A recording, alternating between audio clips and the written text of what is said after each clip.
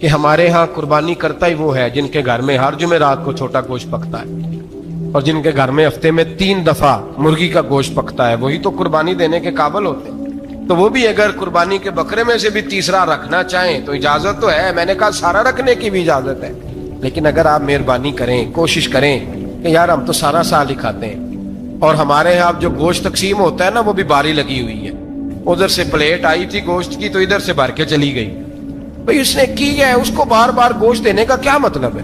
آپ یہ دیکھیں عزیزوں میں، رشتہ داروں میں، اور میں اگر تھوڑا سا آپ کی توجہ کرانے میں کامیاب ہو جاؤں تو سفید پوش لوگوں کو دیکھیں، کچھ سفید پوش ہیں